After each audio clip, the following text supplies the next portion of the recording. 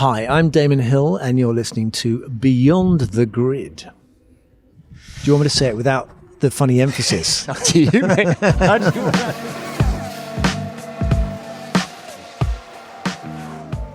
Hi guys, Tom Clarkson here, welcoming you to another episode of your favourite podcast, Beyond the Grid, presented by Bose Quiet Comfort 35-2 wireless headphones. My guest this week is a man for whom racing is in the blood.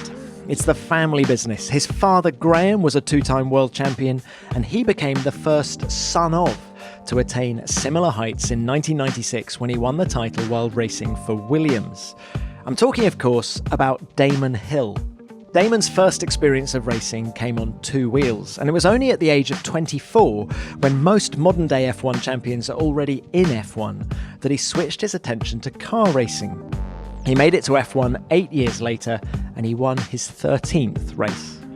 During his 115 starts, he experienced every emotion under the sun. In fact, this episode is released 25 years to the day after Damon experienced the despair of losing teammate Ayrton Senna during the San Marino Grand Prix at Imola. That's just one of the many topics we discuss, including, of course, his crowning glory in '96 when he won the sport's ultimate prize. We caught up in between sessions at the Chinese Grand Prix, where he was in cracking form, funny, thoughtful and articulate, typical Damon really. I hope you enjoy our conversation.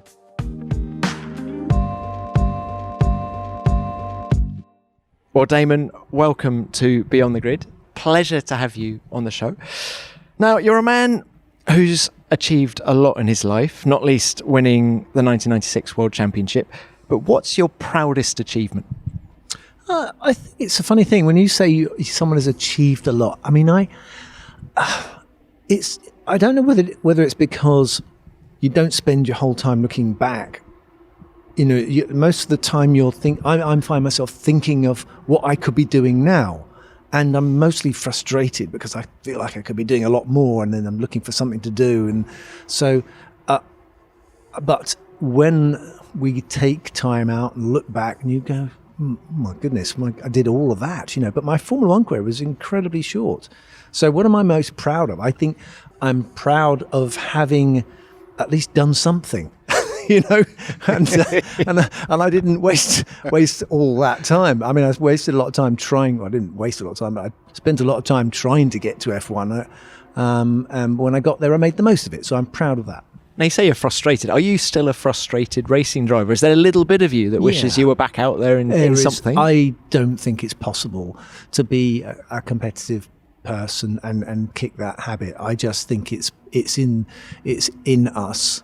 I use that word us. I think all competitors have their own particular motives, drives. They come from some different places, I expect, but fundamentally,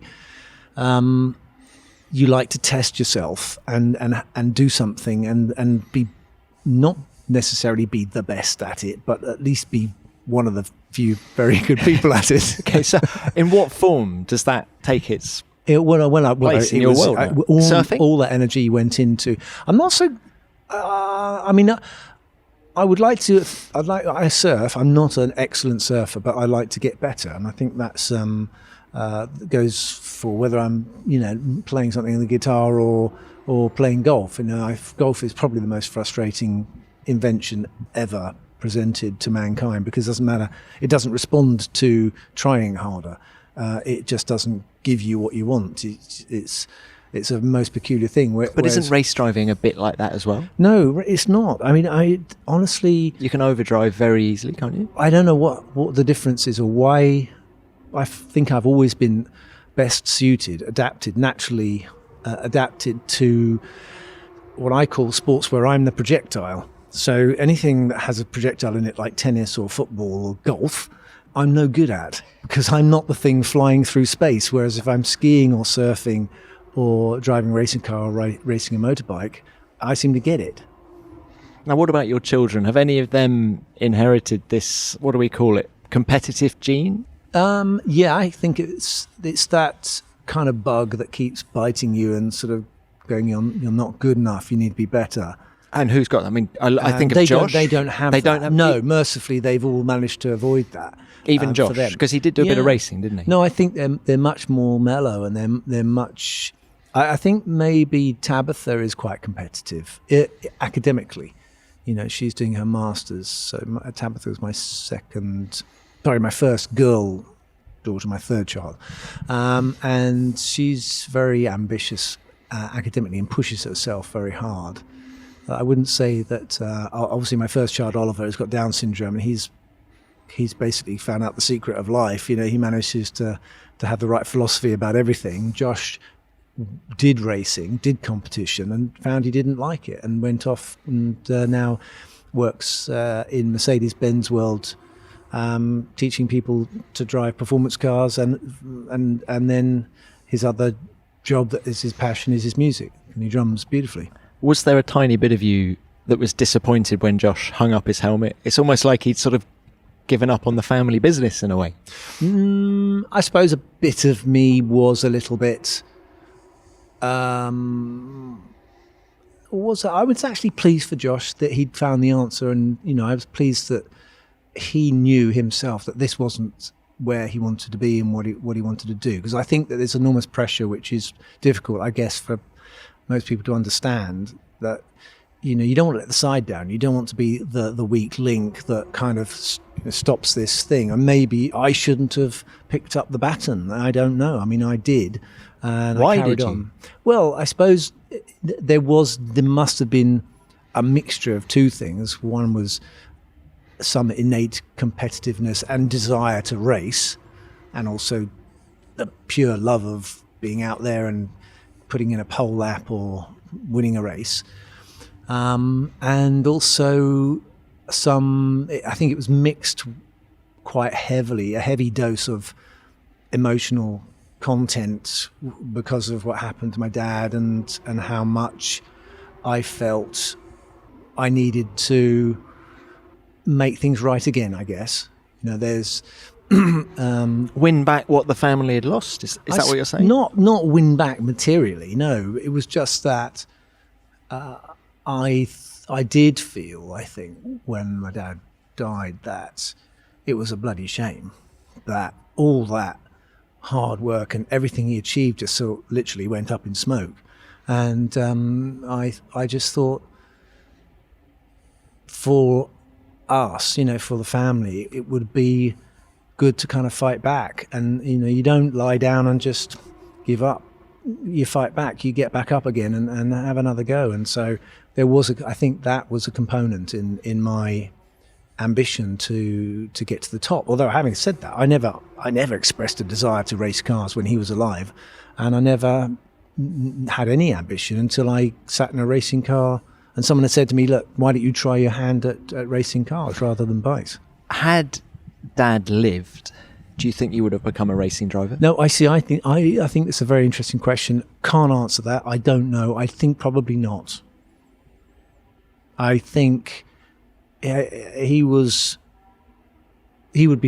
probably have run his own Formula One team. It, you know, probably would have gone along the lines of something like Williams, I expect. You know, it was starting to come together in the mid-70s, and he probably would have been one of these names, you know, in the grid, in the paddock, I suppose, as a team. And I probably would have either have gone my own way and done something else, or been involved in that.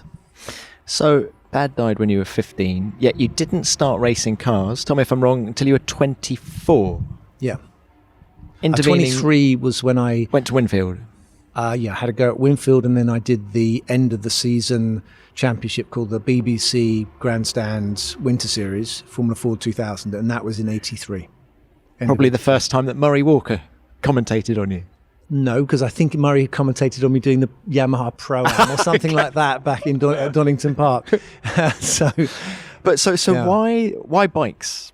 The first love seems to be bikes. Even now, you're passionate about bikes. I don't know. I think it's partly an aesthetic thing. I think they look great. I think the imagery from bike racing, to me, it was more appealing than cars.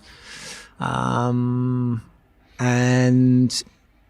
just, you look at a guy riding a bike on the limit, and it's a miracle they stay on. I mean, I just think there's something that is more tangible about it. I think the balance thing is appealing to me. Whereas you look at a car and it looks like it's uncomfortable.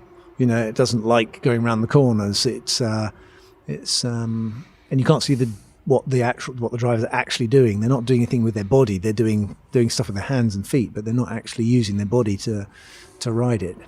So I've been researching you, Damon Hill, and I was trying to find some info out about your bike career, and there isn't an awful lot out there.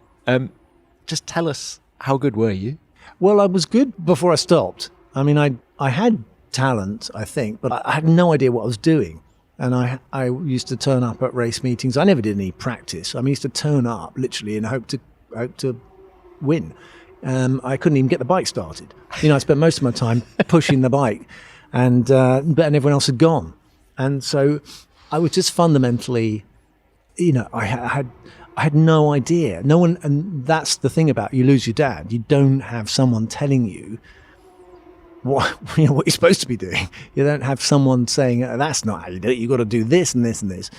And so I had to learn the hard way. And when I eventually worked out that I'm going to have to, you know, I had a go, and I basically bit off more than I could chew.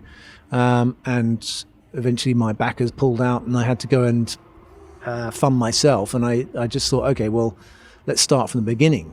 And once I'd started from the ground up and done it bit by bit, things started to click, and then I started winning races. And in fact, I won every single race I'd entered in 1984 on bikes. So why'd you stop? 83, sorry. Why'd you stop? 84, yeah. 84. Why'd I stop? Because the car thing was coming together. So at the same time that my bike career, well, I mean, it was only club level racing. Sure, but I won national. Races. They had national events there, and I also won at other circuits. So I definitely had made some progress, but I could see there wasn't, you know, the career trajectory for trajectory.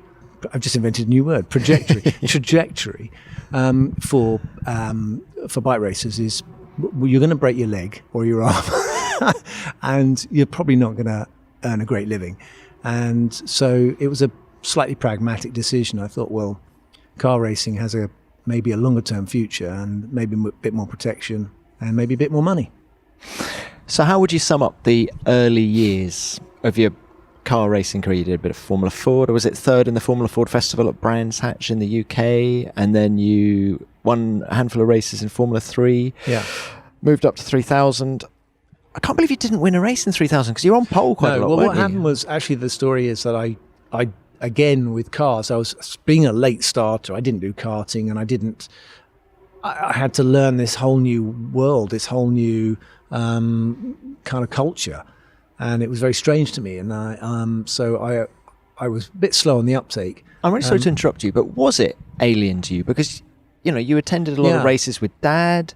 I've seen lots of photos of Jim Clark, Jackie Stewart, all those guys coming around your house when you were small. So the whole racing atmosphere and being surrounded by these competitive people but it's wasn't different new. when you're actively involved in it. I was just a spectator. When my dad was doing it, I was literally just hanging around watching people do things.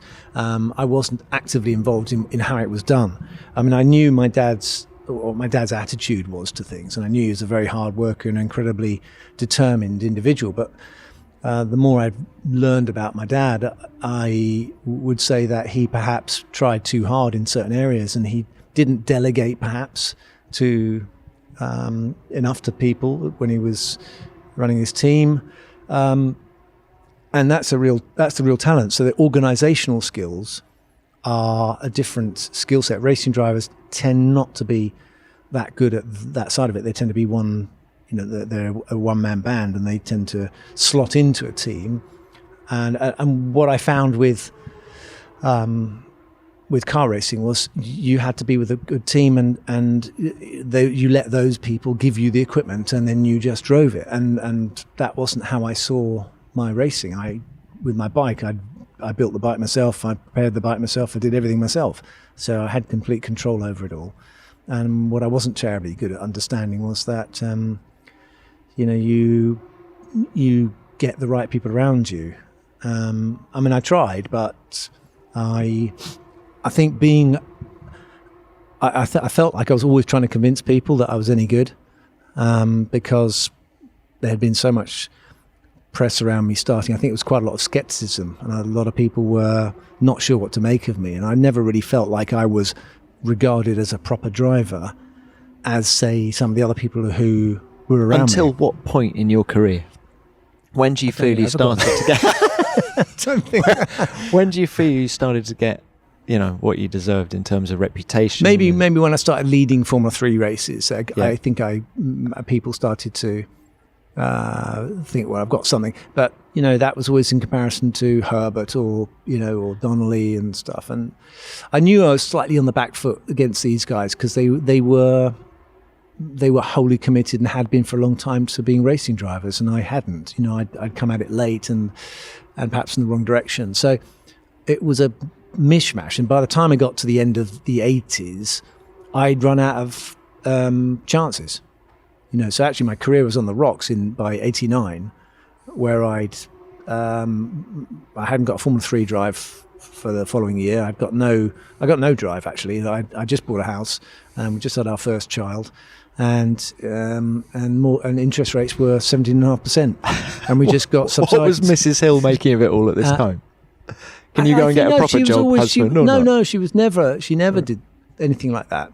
No, she was not from the racing world, so I think she didn't quite understand. Maybe she did understand what I was trying to do, but I took a different tack. I think being turfed out, in a sense,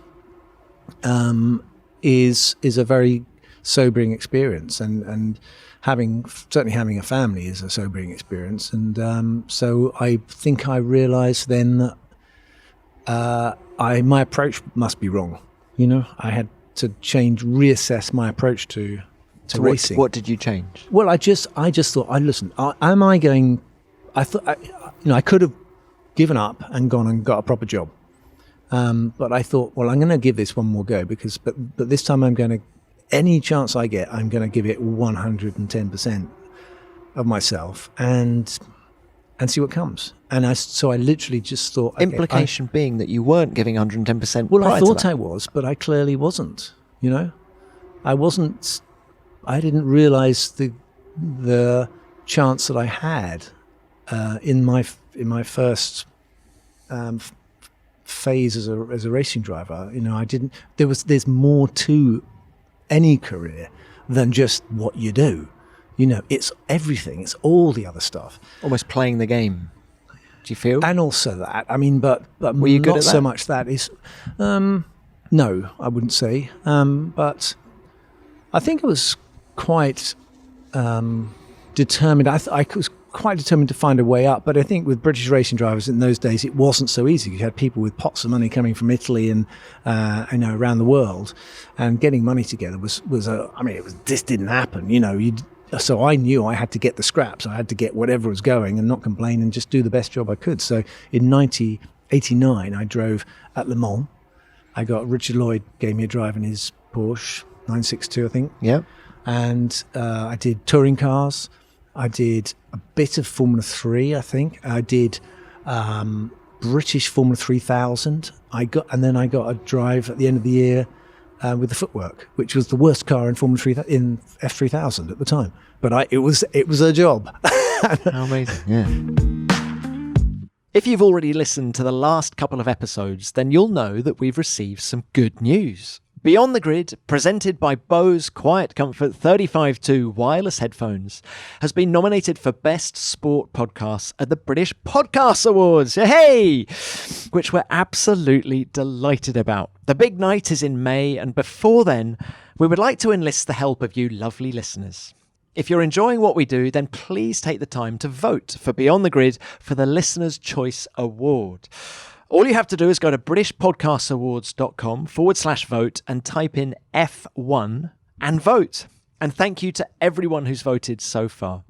As always, it's noise off, focus on, as we continue to bring you weekly episodes throughout 2019 to keep you entertained and hopefully equally inspired and moved by some of the stories we share.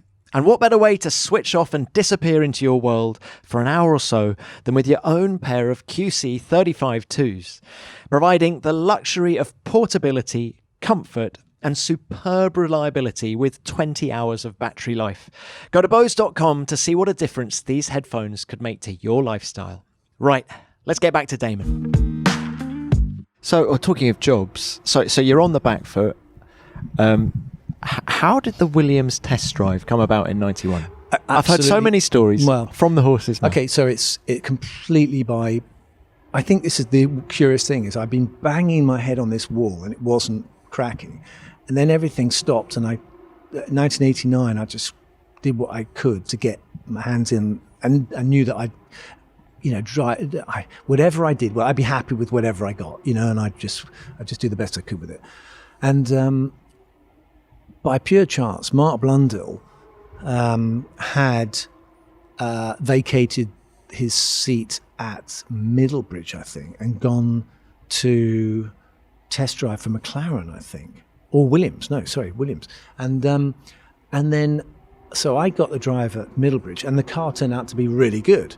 So I got myself on pole position a few times. It kept breaking down. I led races, and then it kept breaking down. But I was clearly one of the quick guys in the Formula, and I liked those cars. They seemed to suit my style better. And so that I got noticed by Patrick Head, and then Mark Blundell decided he was going to go to McLaren as a test driver and vacated the seat at Williams and said, "There's a seat, Damon, there's a seat going at Williams, mate, if you want to." So better you owe your career. Better go and see. Yeah, so every time he moved, I kind of moved up. And so you better go and have a chat with Frank. So I got on their radar, and I got given the test job. But don't forget, in those days, being a test driver was a sign that you had failed. You'd not made it to the big time. You were just an understudy. Except that Williams were, they were the big cheeses back then, weren't they? Completely. And, yeah. I mean, so you approached the team? They didn't approach you? I think it was. Yeah, I think it was a bit of both. I can't honestly remember. Okay. I think it must have been because I think I got the nod from Mark that he was going, so I think I did approach them.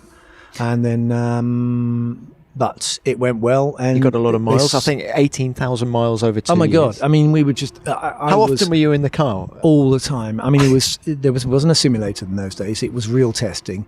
There was the Williams active car I was working on as well in 91, and I was racing and testing in Formula 3000. So I was in a car the whole time, and that was really good for me because it toughened me up. I got all the miles I needed, and.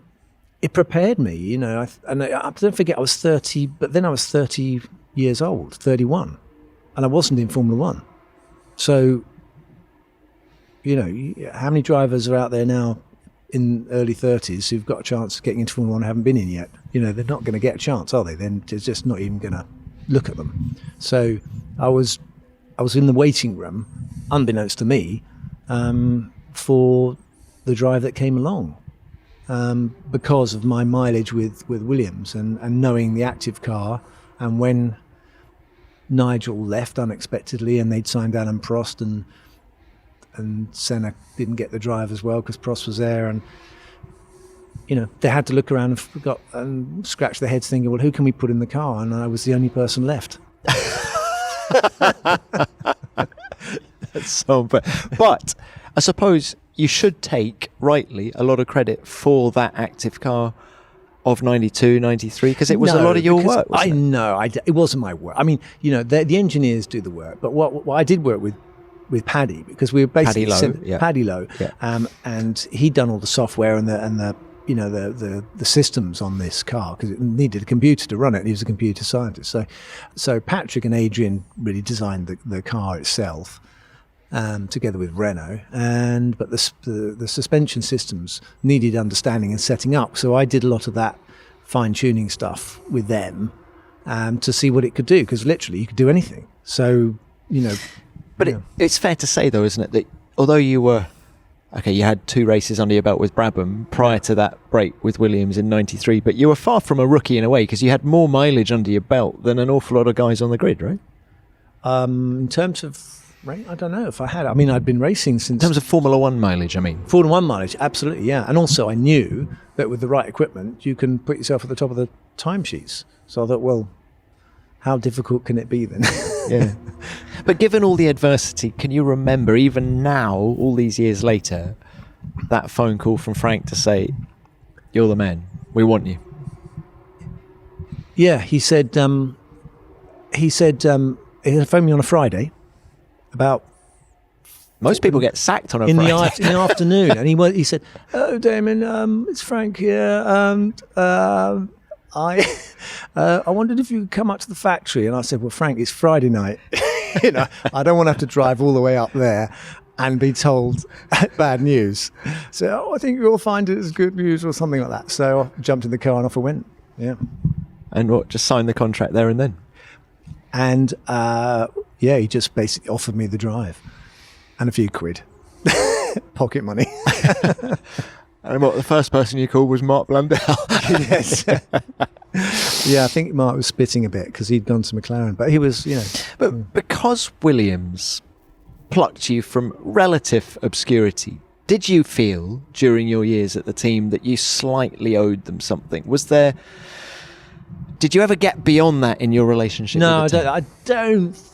I think I might have done, but a massive plaudits and arms around the shoulders and pats on the back are not the Williams way. They don't. That's not how they went racing. Their drivers typically looked after themselves and didn't need. They had oodles of confidence and encouragement. They did from themselves. They didn't need anything from Frank and Patrick. So it's not that kind of team. But I did feel that 96. I think they did. They felt pleased that I'd won the championship and I delivered what they'd been after. So pleased that they moved you on. They're so pleased, so he gave me the sack. No, but we're jumping ahead. Okay, yeah, go on. No, just before we go on to that, so wind the clock back. Hungary '93, first win. Yeah. Why were you so damn good in Hungary? It's like a go-kart track. You never karted. Yeah. What was it about the Hungaroring? You're always good there. The car slid around. And I liked that. I liked the fact that you can move the car. And I could balance the car and use the throttle. I think that's what it is. I like to drive like that. And I also knew how to... eventually, I learned how to set up the car for that kind of circuit. I started to understand what setups you needed for different circuits. And I had my own little formula, and it seemed to work really well. But Hungary, I think a lot of drivers, I think I was quite good at understanding how to car, because all this testing work with Williams, I'd had opportunities to try tons of different things. And to be fair, with Formula 3, when we had the Cellnet team, we did loads of testing with that, and we tried all sorts of different things. And I was a bit of a fiddler, and then I would like to see what happens when you did that and did this. So you and Alain Prost must have made quite a combination, technically. Well, yeah, I mean, Alain was already well established as the professor, but he didn't really get in too deep with the active car, because he knew it was too much to learn in 1 year, so he just got a good balance. And I think Alain I learned a lot from Alain, because he didn't actually do anything to the car. He just he'd tell the engineers, "Oh yeah, I'll try a little bit of this, a little bit of that." And actually what he was doing was just driving the car. And he got them to change things just so that they were happy, but really didn't change much. And he just knew that the car would come to him and over a race weekend, and he just fine-tuned the balance. A little bit of front wing, a little bit of that, and then nothing too spectacular. Oh, really? That's interesting. Sort of goes against his reputation a little bit. It was like a pencil sharpener. Just keep sharpening the pencil. Next time I see him. Actually, Damon, you just talk to us about those three world champion teammates you had. It was Prost, of course, Mansell, Senna. Yeah, anyone else? Well, I mean, there aren't many people. Mansell came back for another go, because in '94 he was there as well. Yeah, but there aren't many people in the history of Formula One who've had the intra-team battles that you've had. Is there one trait that you'd say applies to all three of them? Well, I was asked this question recently, and I have to say, sorry for asking you an unoriginal. No, it's a question I get. It's actually interesting when you look at the kind of personalities they were, the kind of physiques they were, the kind of characters they were, the way they went. They were different in every respect except for one or two things. One, they were lightning quick, and two, they were incredibly competitive. So it just shows you, I think... Competitive with you, as in from a selfish point of view, not with me. No, just the relationships with me, I would say, were different because they were different people. They were different personalities. Nigel would, like to joke around and maybe make a little comment that, that puts you in your place, but at the same time, it wasn't too aggressive or anything. And Alain would just keep himself to himself and be very polite and very quiet and very... very gentle, I'd say. And Ayrton was intense and hardworking and very serious and very different personalities. I mean, they were just chalk and cheese, all of them. But they all were remarkably quick and talented. And I'd put Patrese in there as well. He was. I did a lot of miles against Patrese, and he was. They all had a lot of talent. All these guys, And how was it back then in terms of the relationship with the teammate? Was it dinner, and did you have dinner together, or was it a gregarious relationship? No, you do. There were sponsor things you do, and then if you're testing, you'd inevitably end up eating in the motorhome together or something, or maybe in the hotel. But no, you don't. I didn't kick around with them. I was a junior. And I certainly wasn't in their league in terms of their reputation and standing in the sports. So I knew my place, but they were all perfectly good towards me. I never had any issues. Were you aware at the time that it was a very special place to be alongside these guys? Of course. I'd spent my life growing up with racing drivers around me. And my dad was a racing driver. And I always looked at his buddies, they were his mates. They come around for parties. I'd see him doing stuff with them, and I just thought, I think I liked that relationship. I understood racing drivers. I think I do understand racing drivers, but you can't have buddy relationships with people you're competitive with when you're racing with them. They seem to now more than they used to. But it's quite difficult, especially when they were. Although I was a very similar age, they were a different generation in terms of they'd already been in Formula One for 10 years. You say you understand racing drivers. Did you understand Michael Schumacher? I would say I didn't completely get Michael. I didn't. I raced. I was thrown in the deep end with Michael at the beginning of his career, as was Ayrton. So, he wasn't thrown in the deep end, but I was. So this guy was. We were all learning about Michael Schumacher and his style of racing and his. Talk about characters and personalities. Again, a completely different style of personality to all the other guys we've just been talking about. How long did it take you to forgive him for Adelaide 94? I never blamed him for anything. I didn't, it's not a question of that. The season was heavily burdened with what happened at Imola.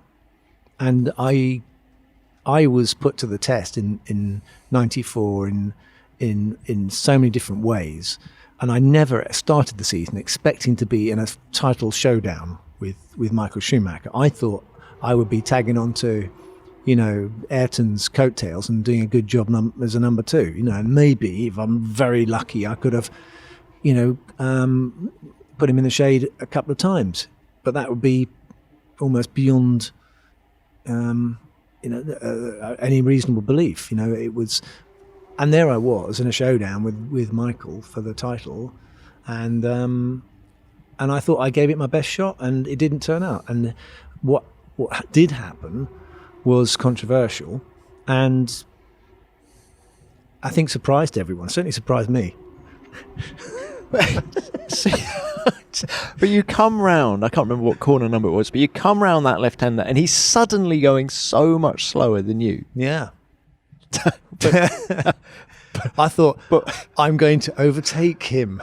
But you didn't think he must have a problem to be going that much slower. No, you don't have time. I'm not that clever, Tom. No, you are, Damon. Honestly, I think a lot of people because in hindsight, with the benefit of hindsight, Damon, if only you'd waited. Completely, of course. Yeah, that's with the benefit of hindsight. And I don't spend my life looking at it on YouTube and going, "Oh, look, if I just tried something different." It all looks rather pathetic, actually, in hindsight. When you look at it, he went up on two wheels, but it wasn't a big crash, was it? I mean, it was all just a bit sad. I do think to myself, oh God, we could have at least tried to fix the suspension when we got back to the pits. We never know. There's those. You can see it's bent. Yeah, and there's the scenes of Patrick or someone trying to pull it. I don't think that would have worked. No, but I think all he had to do was finish, and he would have got a point. Yeah, and that would have been enough. But but you. How long did it take you to get over the disappointment of 94? Because do you think your performance I wasn't disappointed in 94. I gave it my best shot, and I had a great battle with Michael. I was more looking forward to 95 to go, okay, this time we're gonna. Do you think? I mean, Imola. The emotional stress of that weekend and what followed. Do you think, in a sort of latent exhaustion kind of way, that affected your performance in 95? Yeah. I think I went straight through 94, straight into some promotional stuff. I can't remember what we did. At the end of 94. I think I went on a promotional tour of China, and I think that's what happened. Yeah. And then I went straight into the season, and I think I never had a chance to recharge my batteries over the winter. And I didn't.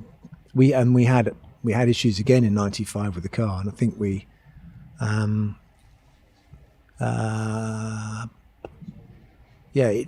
it wasn't as seamless as it should have been. And then I got into the wrong end of a lot of other collisions with Michael, and I think 95 was a disastrous year. Although I won races, I was up there, but I was put on the ropes by Michael, and he kept on punching me. He did, didn't he? Yeah. Just one question, if I may, about Imola, which was, do you ever question your decision to get back into that Williams for the restart? No, I don't. Would you?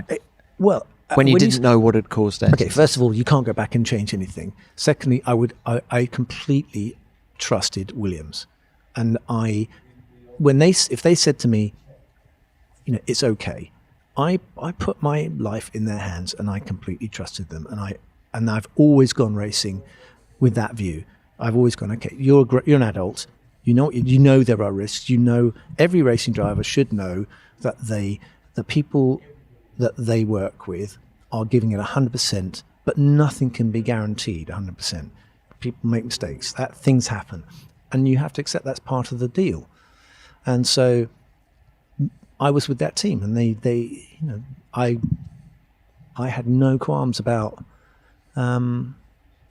getting on with the race, So they said carry on, but in retrospect, everyone was kept in the dark. I didn't know what had happened to Ayrton. I knew it wasn't good, but everyone was in the dark at the restart. A lot of things had gone wrong.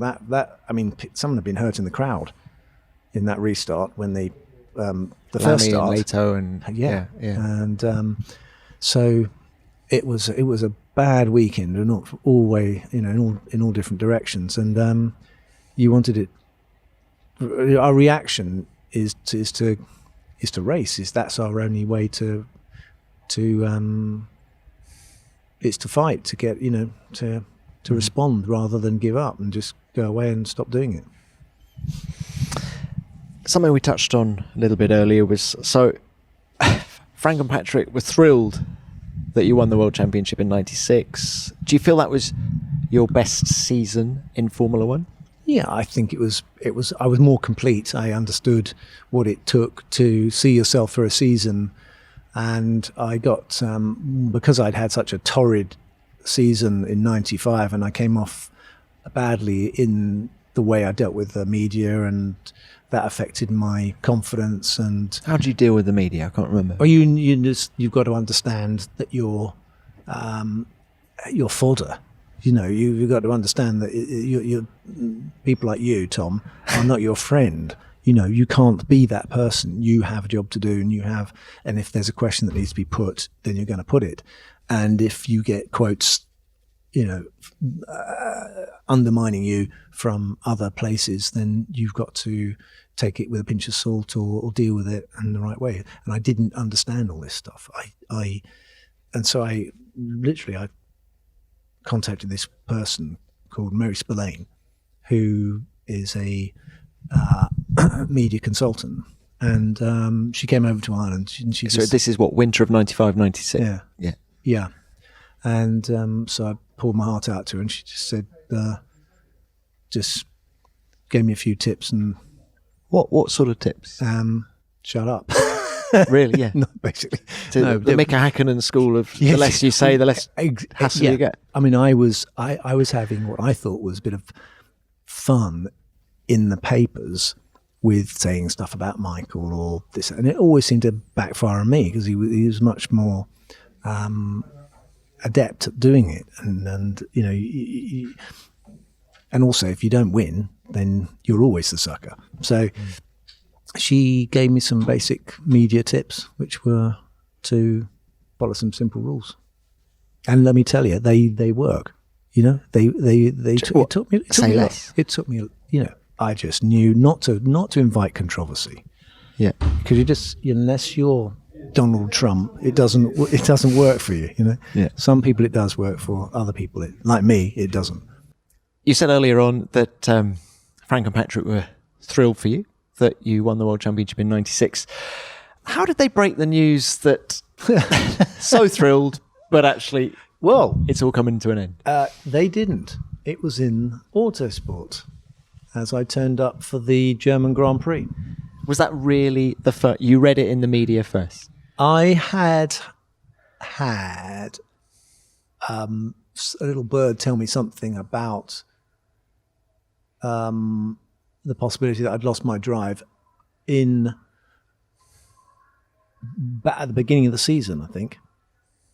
And I kind of dismissed it. Did you ask Frank? I asked Patrick, and he assured me it was nonsense. And I think that was in AIDA. So we didn't do AIDA at the beginning of the season, so 96. So it must have been, I don't know why I think it was there, but anyway, muddled. I can't remember exactly, but anyway, the first time I'd ever heard anything that I'd, basically the Autosport front cover was on the table as I came into the motorhome in the German Grand Prix in 96, and it says Williams Sachs Hill. So that was a nice message to receive just as you were turning up for the race. Damon, what happens next in that little... Well, I got very cross with Andrew Benson, who wrote the article, and I think he was a bit crestfallen, but you can't shoot the messenger. He was just writing what he knew, and he wouldn't say who it was who told him. But the understanding I have now is that I'd lost my drive by, I suppose, because of my performances in 95. But then why would you sign me for 96? Because I only ever had a 1-year contract. When did they sign you for 96? Oh. I mean, was it a November Would have time? I think it would have been, it would have been middle of 95 sometime. So when I was probably still in with the shout. In fact, if it was at Silverstone, it would have been just before I crashed into Michael Schumacher for the umpteenth time. So, I still was in with the shout. But I think that the feeling is that they knew they had signed if they were going to keep me, they'd have to put 3 cars on the grid for 97. So it turns out they might have got themselves in a bit of a pickle, an embarrassment of riches, so to speak. And despite perhaps wanting to keep me, ideally, they couldn't because they had another driver already under contract and they weren't going to let go of that contract. So I was the one that was given the option of saying. So did you think of quitting? No. At the end of 96, do a Nico Rosberg and just walk away from... Like briefly, well, my winning average was fantastic. So I was right up there with Jim Clark, I think. and so it might have been a good time to stop. But then there was so much more to You didn't do. seriously think of that? No, not seriously, no. So what were the options on the table for 97? Well, you had a very short career, wouldn't it? I mean, that was 3 seasons, I think. I mean, what? You know, I think I still had a few more races in me. Yeah. More from Damon in just a minute. But first, did you know that 140 million people use Wix to create a new website from scratch or revamp their existing ones? That's because Wix allows you to build a professional website any way you want. Wix is the most technologically advanced website building platform available, providing you with complete creative control of your vision for your online brand with the option of choosing from over 500 impressive templates. Wix code is creation without limits. No HTML or CSS is necessary. You can create dynamic pages and even set up a single design style, create hundreds of pages, and update your content in just a click. Whatever you want to do, create application forms, quizzes, review sections, and much more, Wix can help you do this with ease. And you can get started now by going to Wix.com. That's Wix, Wix.com/podcast to get 10% off. Write it down! Wix.com/podcast to get 10% off. Now let's get back to Damon. So what were the options for 97? You ended up at Arrows, but I know that you spoke to Sauber, for example. Well, I had to run around because basically it wasn't confirmed until Monza. So Monza's right at the end of September, and by that time all the other drives had gone. So I think that maybe that was deliberate or not, I don't know, but whatever, there I am, still in with a shout of becoming world champion. I wasn't world champion for certain then. It could have gone either way. But most of the other drives have been taken, and what was left was a completely new team in the shape of Stewart Racing, Paul Stewart Racing. No one had ever driven for them before. There was Sauber, who had the wherewithal and a lot of money, but was it Sauber? Yeah, it was Sauber, but I just didn't fancy going there. Was Prost? Was there Prost? I do. My memory's going a decent car. I think it might have been. Yeah, Panis, remember, won the Monaco Grand Prix in 96. No, it wasn't Prost. Was it? It wasn't Prost. It wasn't Prost in 97. So there was very few options, and I got the nod from Bernie, who said that Tom might want to talk to me. And I thought, well, it's a bit of a left field one, that one, because Arrows, but they had John Barnard going there, and they had Bridgestone tyres. How tempted were you by Stewart Grand Prix? Because there would have been a lovely story, given that Jackie knew your old man. Yeah, that was the difficult thing. So I did turn him down, and I felt really emotionally. It was a very difficult thing to do because there's a strong bond between the Hills and the Stewarts, and thanks to the old man, and I could see what they were trying to do, and I didn't really want to be rejecting Jackie, but at the same time I just couldn't see how they could get off the ground and be competitive from scratch. So I mean, I would really be taking a huge risk. I'd be going from one team that's got a massive reputation to a team that hadn't done anything in Formula One. So I went for Arrows, who'd never won a race. But the thing with Arrows was they offered me a 1-year deal. And was that important? And that was the key. The key thing was what I was looking to do. I knew that 97 was going to be a write-off, but 98 I could end up with the Adrian Newey McLaren. So how close did you get to that? Well, do you want to ask me about 1987? Because actually, first of all, I signed for Arrows, but it was a 1-year deal. Everyone else wanted a 2-year deal, and I thought that might have been why I turned down Sauber. And I didn't want to preclude myself because I didn't want to. I just wanted to get through '97 and then get in the picture for driving the McLaren with an Adrian Newey McLaren in '98. So there were very few high points, as you predicted in '97. In that, Hungary was great, brilliant at Hungary. Damon almost won the Grand Prix, finished second. Can't remember what slowed you at the end. I can't remember. There was hydraulic failure, so it got stuck in like 5th gear. So I was like chugging around it on tick over. Didn't have a throttle, or I couldn't change gear, and thankfully it got to the line. But it was a shame it didn't make it to the line in the first place. Gutting. But so at that point, so of course Hungary's always sort of August time. What was happening with the McLaren conversations for? So all throughout that year, I was in contact with McLaren and negotiating through my manager to put me in the frame for driving for Ron, and Adrian Newey was a big supporter of yours. Well, I think he was supportive. Yeah, I think that he put a word in for me, and it came to the crunch when they were going to condescend to speak to me on the phone, I think was the way I'd put it. And I had some conference call, and Ron made me an offer I just had to refuse, because I was, in my view, I'd won a world championship, and I had a residual value of least of something, and what I was offered was I'd get something if I won races, and that was it. And there was no basic salary, there was nothing. It was just simply, if you do well, son, then we might, give you some prize money. And I just thought, well, these people don't want me. They clearly don't want me to be in the team, and so I thought, I don't want to be there. It's not the right vibe. So I put the phone down. So you went from one extreme to the other. Of course, it was a good car, the '98 McLaren, but we weren't. In fact, most of the people I've driven for, they didn't want me in the team. Eddie tells me that now. I didn't want even Eddie. Yeah, I didn't want you in the team. I know, Eddie. That's why you were trying to get rid of me most of the time. So, Tom was trying to get me in the team, but that's because I was recently Grand World Champion. It's not fair to say it, because actually Patrick was very supportive when I was coming to Williams, and they did give me the benefit of the doubt, and they gave me a fantastic leg up and an opportunity that I could never, it's changed my life driving for Williams.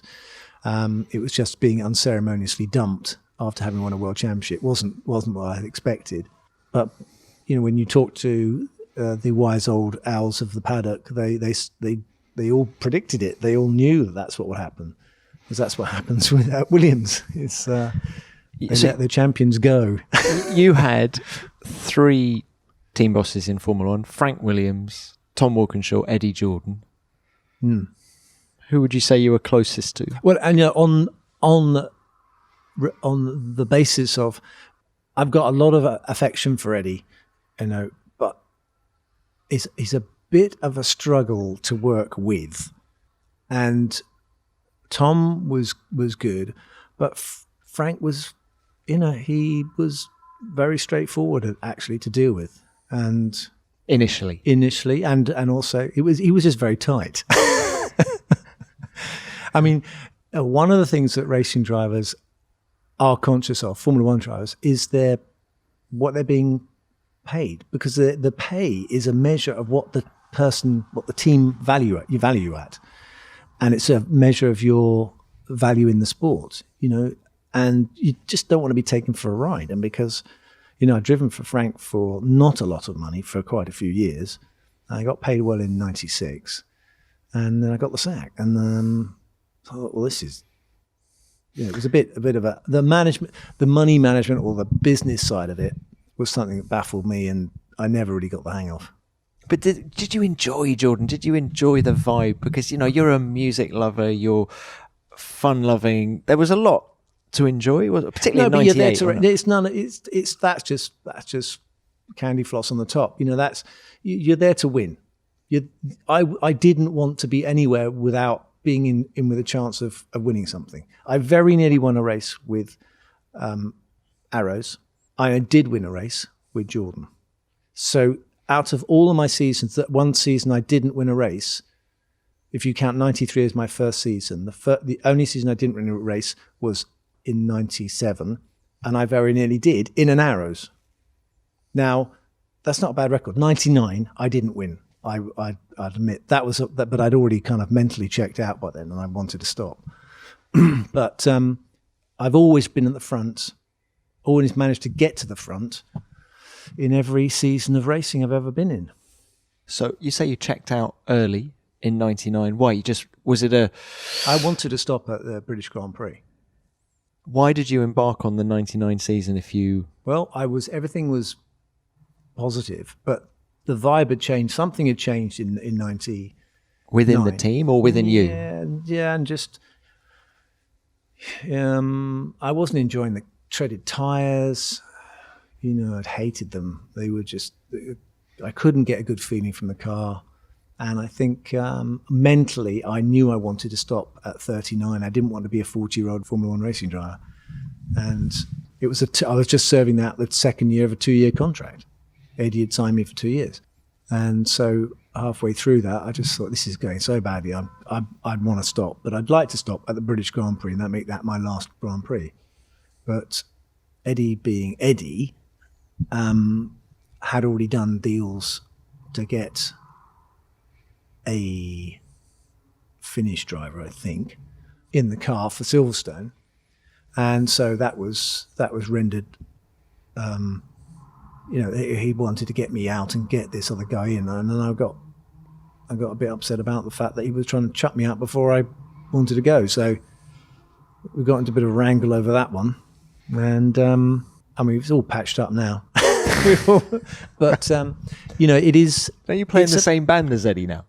Don't you? No, I mean, well, I would do if the option came up, just to have a go. His charity things he does. It's all, if it's going to keep people happy and raise some money for charity, it's good fun. But I played golf with Eddie. I see him and his family, and went to his 70th, and he's skied with him. He's a lovely guy, as we know, but it's the business side of it. He's a very astute, business-minded person. I don't know, I'm not like that. I didn't get why he wanted to get rid of me and why he couldn't just keep me on and say thank you very much after Silverstone.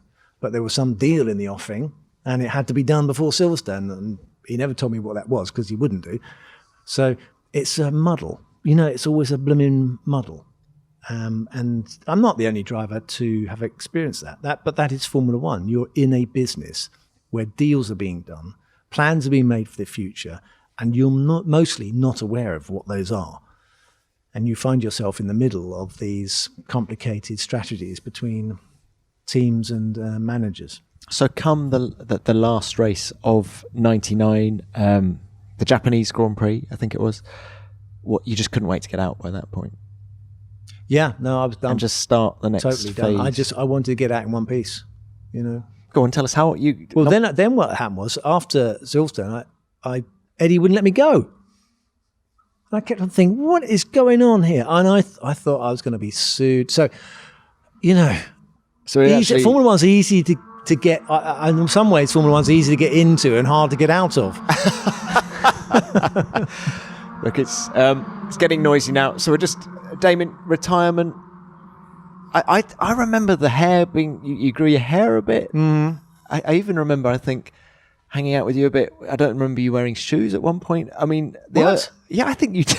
I think we went somewhere and there were no shoes. But no, but I had a bad back.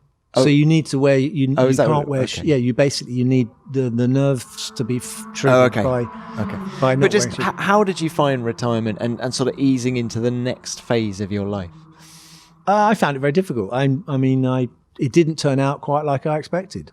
What did you expect? I don't know. I just thought it would be different to what it turned out to be. I just ended up in. I couldn't untangle myself from all of these blooming obligations that I got in. I don't mean my family. Actually, what I wanted to do was not do anything and just spend time with my family and taking them up and taking them to school, because that's a luxury that most people never get a chance to afford. So I did have that time, but knowing what to do next, I didn't want to have anything to do with the sport.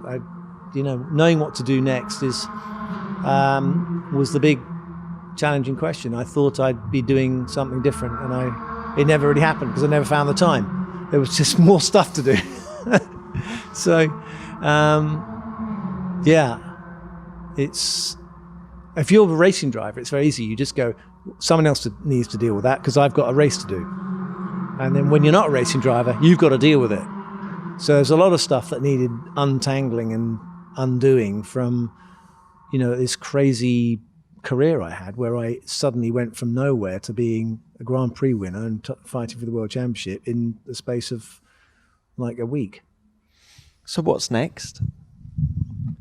What's next? Yeah, I mean, you're obviously doing TV punditry now, but is there any particular business? No, I don't really.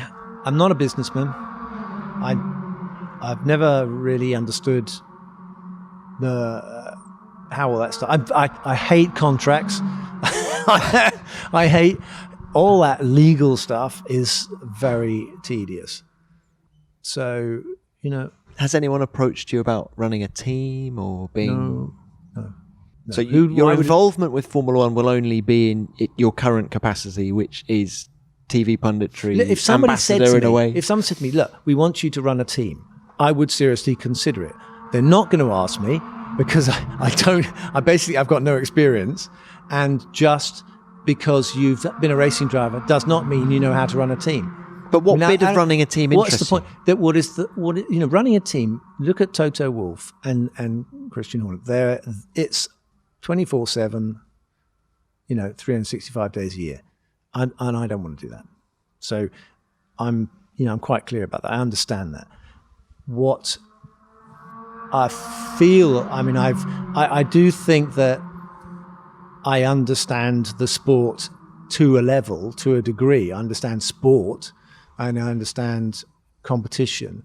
And it would be nice to be able to transfer some of that or, give that back in some way. But it's very difficult to find the way in which to do that. And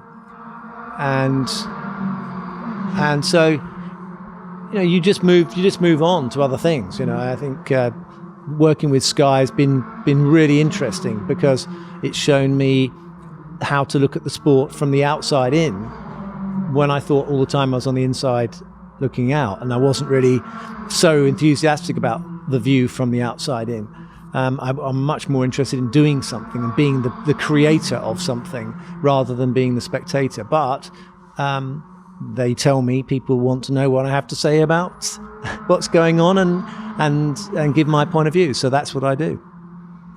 Listen, you do all the things that when I stopped racing, I thought I'll do all the things I never got time to do because I was too busy trying to get into Formula One, and you can't do that. You can't go back and recreate time that has gone, and careers that I like surfing. I'd like to be better at golf. I like skiing, but these are all physical activities, and as I get older, they get harder. But I like your charity work. Tell us about that. Yeah, we do. Well, so two things happened, I suppose. I was involved with the BRDC, and at the same time as being involved with that, I was helping start a charity with some other families to do with learning disabilities in Guildford and around Surrey. And we set that charity up, and it's been going for more than 10 years now, and continues to grow and does great work. So that clearly came about because having had a son with Down syndrome, you want to know more about the future for people like Oliver, and create activities. So they do the real thing that they do is create activities for people with learning disabilities that fills the gap that is left by education when it ends. So what happens between the period of time when they've got the institutions can be occupying them, and when they come out, where do they go and what do they do? You know, they're still young, they still want to be active, they still want to have friends, so we provide all of that. It's fantastic. It's really fantastic. So my final question for you, Damon, is you're sat at home, Toto Wolff picks up the phone and goes, Damon, Lewis I haven't got a clue what to do. Lewis has slipped over in the shower. Yeah. So's Esteban Ocon, and we're really stuck. Could you come and do the British Grand Prix? Yeah. How close? Tom, have you any idea? You are clearly, by asking that question, you have absolutely no idea. I want to know how close you'd get to the pace now in a current 2019 I wouldn't spec even car. last a lap. It's so hard. You know, even when I was fit and young, it was tough. And, you know, I think it's very difficult for people to appreciate what the violent environment that is inside a Formula One car. The heat, the concentration, the stress is... Taking the physical side out of it, do you think you could get up? No, I don't have any desire to either, Tom. You know, honestly. Well, it was so lovely seeing you. We're speaking at the Chinese Grand Prix, and it was so lovely to see you in your dad's Lotus doing some demo laps here at the 1000th race. And it just made me think, and it made me think. And I can tool around at a leisurely place, and I can do what I like, and I'm not being chased by a load of mad people, or being, questioned by people like you and journalists as to why I'm not quick enough. I'm not suggesting that. I'm saying the opposite. No. I think you fight, in some ways, you fight for your own autonomy. What could be more valuable than to be able to decide what you're going to do today without someone telling you you've got to be here and do that? You know, that's real luxury, and I can do that. If I want to, I can just go, okay, I'm not signing any contracts. I'm going to go and watch plants grow or something. I don't know. Improve your golf. Improve my golf. That's never going to happen. Well, I'm honoured that you agreed to do this, given all that. Damon, it's lovely to chat. Thank you very much for your time. Pleasure, Tom. And I hope the listeners have been entertained, or I hope they're not too confused. All of the above, probably. But Damon, thank you very much. Cheers. Well done. Thanks.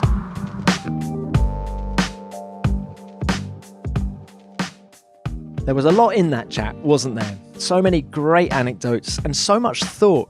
If there's one thing that shone through for me, though, it was that being a son of a world champion doesn't necessarily generate the red carpet straight to F1 that many believe. Damon really grafted to get where he did, and to achieve what he did owes much to his character. Thanks for your time, Damon. It was great to catch up. Well, that's it for another week. I hope you enjoyed the show, and as ever, we'll be back next week with another big name with another interesting tale to tell. If you haven't already, please subscribe to Beyond the Grid on your favourite podcast app, and better still, help us spread the word about the show. You can rate and review us on most platforms, and if you haven't got time to do that, why not tell a friend? We love to have you all in the conversation. Speaking of which, thanks for your messages about last week's show with the straight-talking Alan Jones. You seem to like his forthright views. And here's what Audryn Lavenerable said. Brilliant podcast with Alan Jones. I listened to it twice, mostly on my way to work and during work itself. I can't wait for the next one. I'm literally addicted. Well, Audryn, was it better on the second listening? Let us know. And please keep your feedback coming. We love it. Use the hashtag F1BeyondTheGrid and you can tweet me at TomClarksonF1. Beyond the Grid is produced by F1 in association with Audio Boom. Until next time, keep it flat out.